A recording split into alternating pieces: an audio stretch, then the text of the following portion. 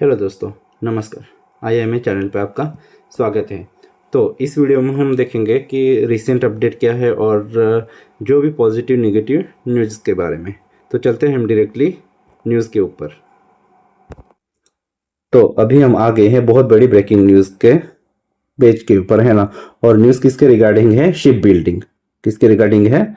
Ship building. तो union cabinet approve 69,725 crore package to revitalise ship building maritime sector, है ना। Ship building and maritime sector. Ship building का तो मतलब पता है कि जो भी शिप्स बनाए जाएंगे, और मैरीटाइम सेक्टर मतलब जहाँ पे शिप्स का रिपेयरिंग होता है, जहाँ पे शिप्स खड़े रहते हैं, उनको बोलते हैं पोर्ट्स, है ना। उसका इंफ्रास्ट्रक्चर जो भी रहेगा, है ना, तो उसके रिगार्डिंग ये पैकेज रहेगा, है ना। तो डिटेल में देखते हैं। न्यू दिल्ली सितंबर 24, मतलब ये न्यूज़ कब का है? आज का ही है। The union cabinet chaired by Prime Minister Narendra Modi on Wednesday approved a comprehensive package of rupees कितना है? 69,725 crore to revitalize India's shipbuilding and maritime ecosystem। मतलब ship building and maritime ecosystem के लिए ये पैकेज रहेगा। तो शिप बिल्डिंग का तो मतलब पता है, मैरीटाइम इकोसिस्टम जो मैंने अभी पहले बोला कि जो भी शिप्स है वो कहाँ पे जहाँ पे बनाए जाएंगे, जहाँ पे खड़े रहेंगे आफ्टर मैन्युफैक्चरिंग, जैसे पोर्ट से, हार्बर्स से, है ना। तो जो पोर्ट्स रहेंगे उनका इंफ्रास्ट्रक्चर, और जो जहाँ पे शिप रिपेयर होगा, है ना, जहाँ पे शिप रिपेयर होगा वहाँ का इंफ्रास्ट्रक्चर, ये टोटल जो एरिया रहेगा उसको बोलेंगे मैरीटाइम इकोसिस्टम। और इन दोनों चीजों के लिए, किस चीज के लिए? Ship building and maritime ecosystem के लिए कितना पैकेज अप्रूव हो है? 69,725 करोड़, मतलब नियर अबाउट 70 करोड़। तो ये पैकेज का बेनिफिट कंपनियों को इमीडिएटली मिलेगा। तो इसका जो बेनिफिट रहेगा, है ना, वो ग्रेजुअली मिलते जाएगा ओवर लॉन्ग टर्म। लेकिन इस जो पैकेज है ना, ये जो पैकेज है, इसका बेनिफिट किन कंपनियों को मिलेगा? स्पेशली जैसे मैज़गाव डॉक हो गया, है ना, मैज़गाव डॉक हो गया, या फिर कोचिन शिपयार्ड हो गया, है ना, कोचिन शिपयार्ड हो गया, और JRAC है ना, JRAC है, और भी ऐसे बहुत सारी कंपनीज है, उनको बेनिफिट मिलेगा। लेकिन सबसे ज्यादा जो इस सेक्टर में जो पॉपुलर कंपनीज है, जो बड़ी कंपनीज है इस सेक्टर को डेवलपमेंट के लिए, वो कौन से? यही है, शिप डेवलपमेंट, और मतलब उसके रिगार्डिंग काम करने वाले। तो इन कंपनियों के ऊपर हम फोकस कर सकते हैं। अभी चलते हैं हम नेक्स्ट न्यूज के तरफ।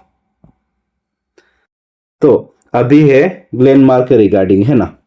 Glenmark pharmaceuticals Holi own subsidiary Glenmark Specialty SA has signed an exclusive licensing and collaboration agreement with Hengrui Pharma for trastuzumab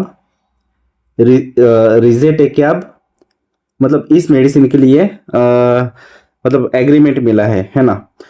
ये मेडिसिन क्या है? Next generation HER2 targeting antibody drug conjugate used for cancer treatment. तो हम जानते हैं इस news के detail के बारे में, है ना।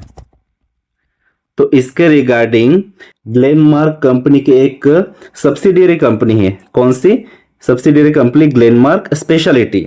इसने साइन किया है ना, साइन किया है। किसके साथ साइन किया है? हेंग्रुई फार्मा, है ना, हेंग्रुई फार्मा के साथ साइन किया है ना।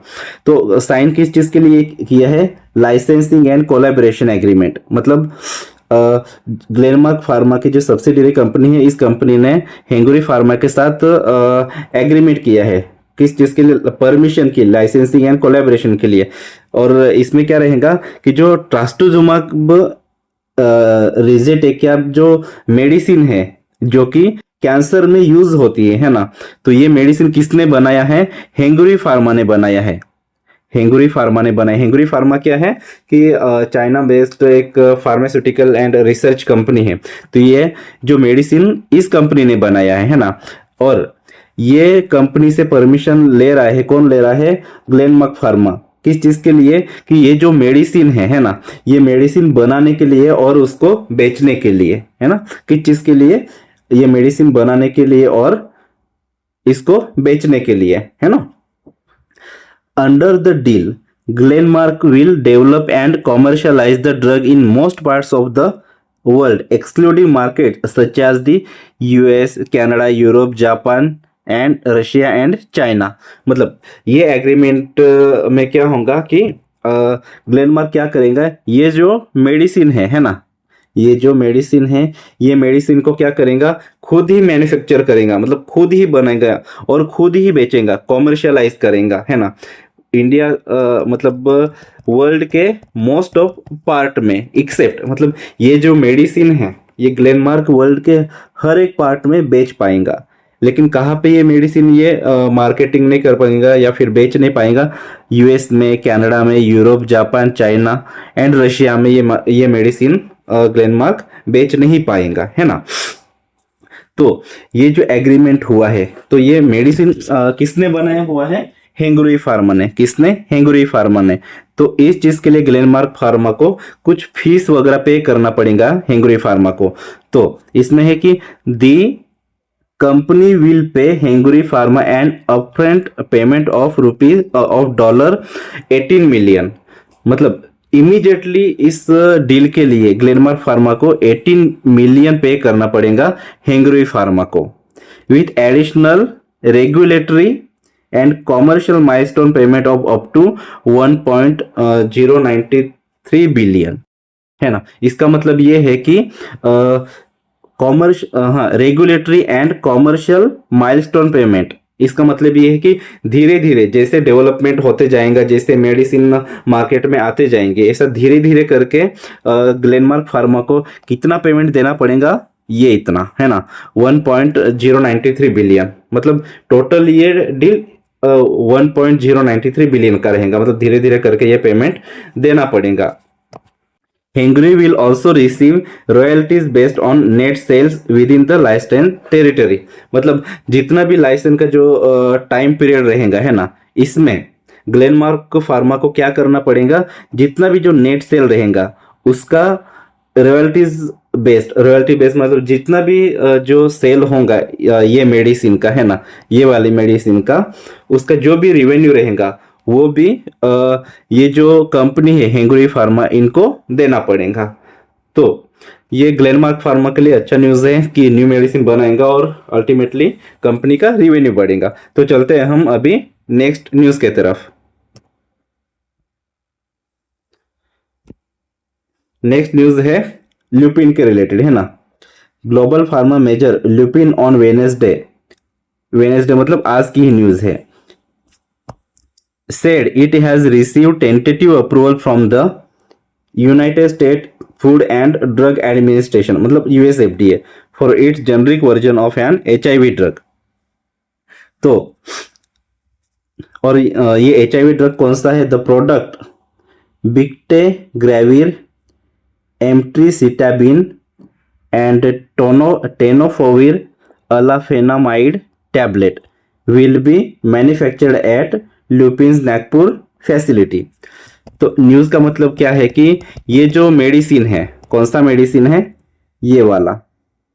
ये मेडिसिन मैन्युफैक्चर करने के लिए यूएस एफडीए से ल्यूपिन को परमिशन मिला है ना, टेंटेटिव परमिशन मिला है।